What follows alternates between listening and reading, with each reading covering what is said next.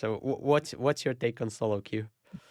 Gotcha. Okay, so in Diablo, and this is gonna lead into my cook for Mythic Plus. So in Diablo, you have these things called rifts. You basically, I don't know, for example, you'll start at like a rift level 10, and then when you complete that rift, based on how quickly you're able to complete it, or just completing in general, will unlock the next level of rift. And as you go up in rift, you get greater rewards to increase the power level, so then you can keep kind of progressing. So So you that's get kind your of like 12 done, Mythic now you have Plus. a yes, Okay. kind of. But it also goes up indefinitely, but like you'll see people doing riffs like way greater than like 150. So like in terms of numbers, not really, but there's this progression system that you start at the lowest level, despite how geared your character is, and then when you complete the rifts in time or in a certain level of speed, you then unlock the next level.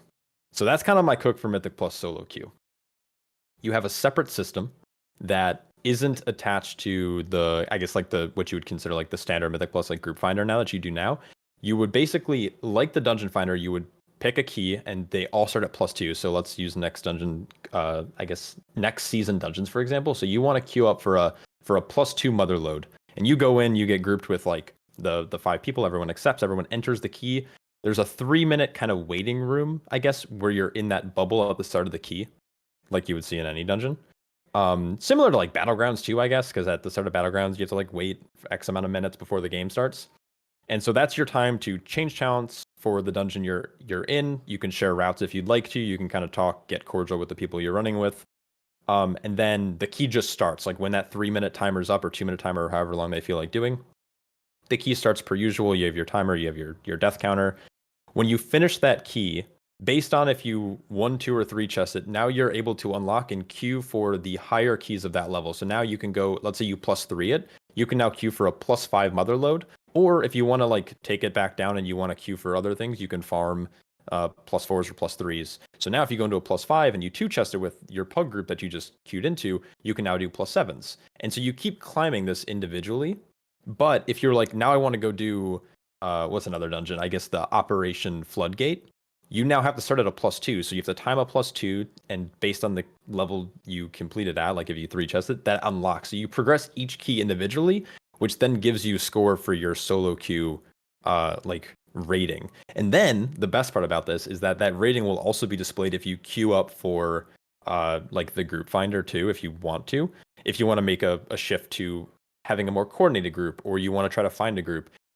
Just because you haven't pushed with a group in the past before and you were able to do it through solo queue, someone could see like, okay, this guy's like, I don't know, so I'm going to just use 630 as an example. This guy's 630.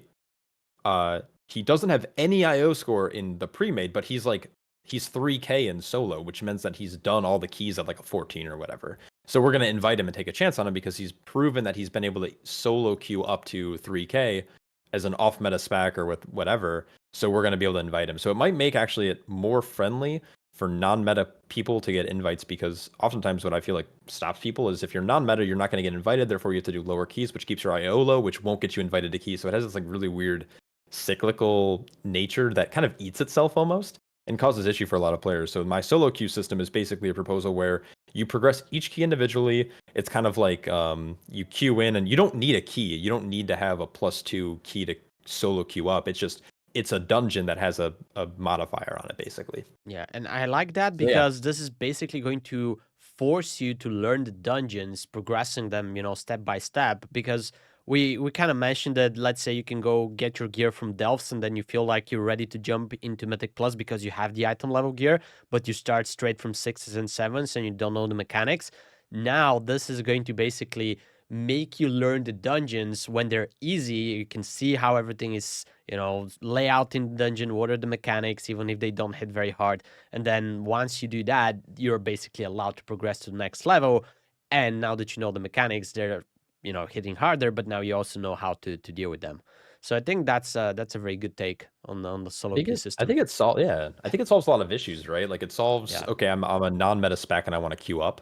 I don't want to sit pugging in Group Finder for 35 minutes as a DPS trying to get into a key. It solves that issue as well. And yeah, like you just said, it is another way to have like almost a proving ground style relationship with dungeons where you have to progress through. You can't just jump in based on your item level to a +10. Now, don't get me wrong. If you have guildies who want to carry you through a +10 key and they have one and you want to use like the group finder to find people, you can.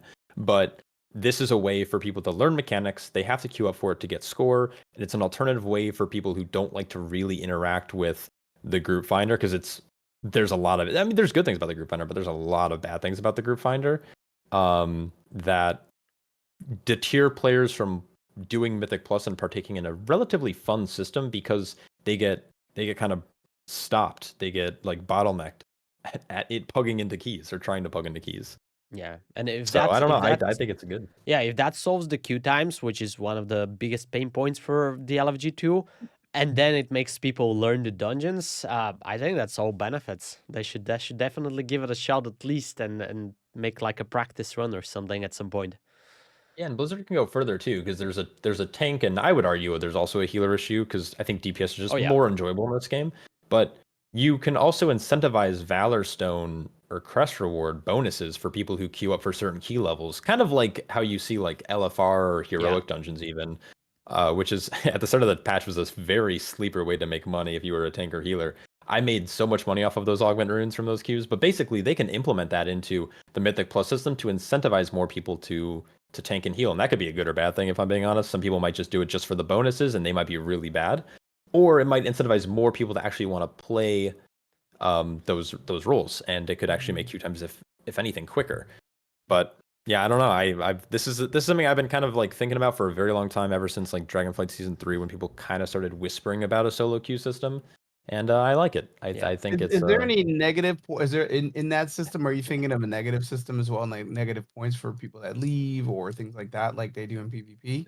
they could do a punishment. They could do a punishment if someone leaves early. I've thought about maybe a system where you have to like a prompt pops up when you queue in where you have to accept that if you leave before a certain amount of time has passed in the key, like you have to stay here for 25 minutes and you have to hit accept. And if you hit decline, well, it might punish you or it might just kick you and just find someone else to replace him. But if you hit accept and you leave before the 25-minute mark, you might lose rating or it might knock you down from the level of, like, let's say you're trying to do a 7 mother load and you just like leave because you don't like someone wiped on the first pull.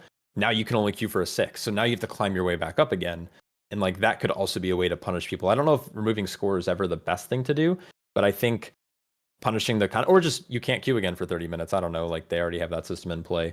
A big problem with the current dungeon design is that because it's a group made outside of like an instance based kind of group finding system like LFR or heroic dungeons, is that the game can't punish you if you just leave, whether you leave after the first pull or whether you leave after like just a wipe that you as a player be like, I don't think we can time this key, despite your group probably being able to time the key, which is more often than not people are really bad at making that judgment call.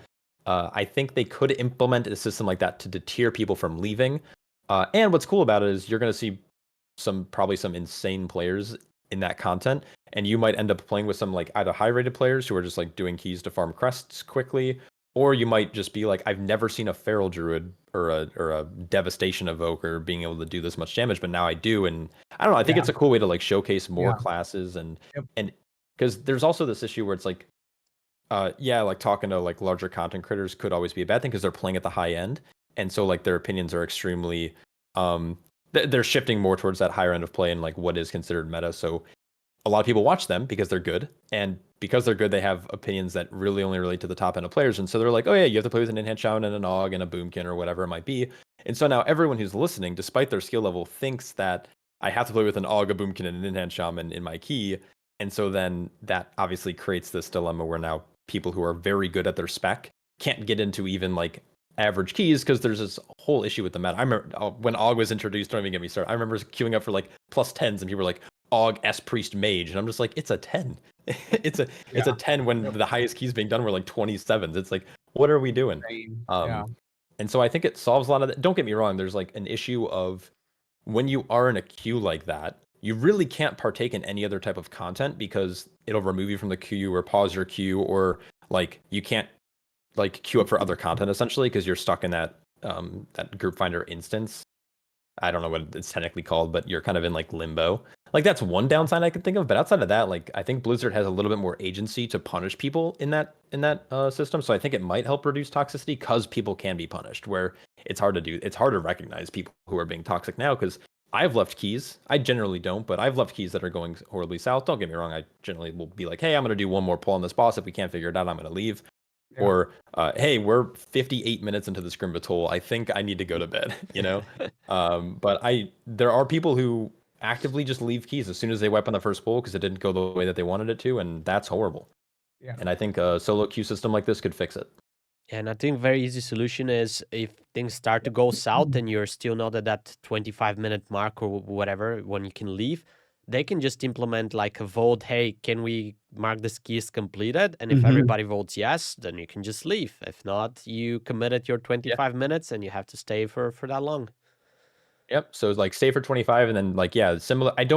I've heard something similar. I don't play League of Legends, but isn't there a thing in League of Legends where like you can group forfeit if you're too far behind or Yeah. something? I Four don't play League, people. so I don't know. Yeah, 4 people have So to like do it. there could be like after like 30 deaths in a key or after 25 minutes, like your group could unanimously decide to like forfeit the key and it'll port you out to wherever you were hanging out, whether it's Dornigal or whether it's in the Undermine or whether you're just, I don't know, somewhere in the Ringing Deeps.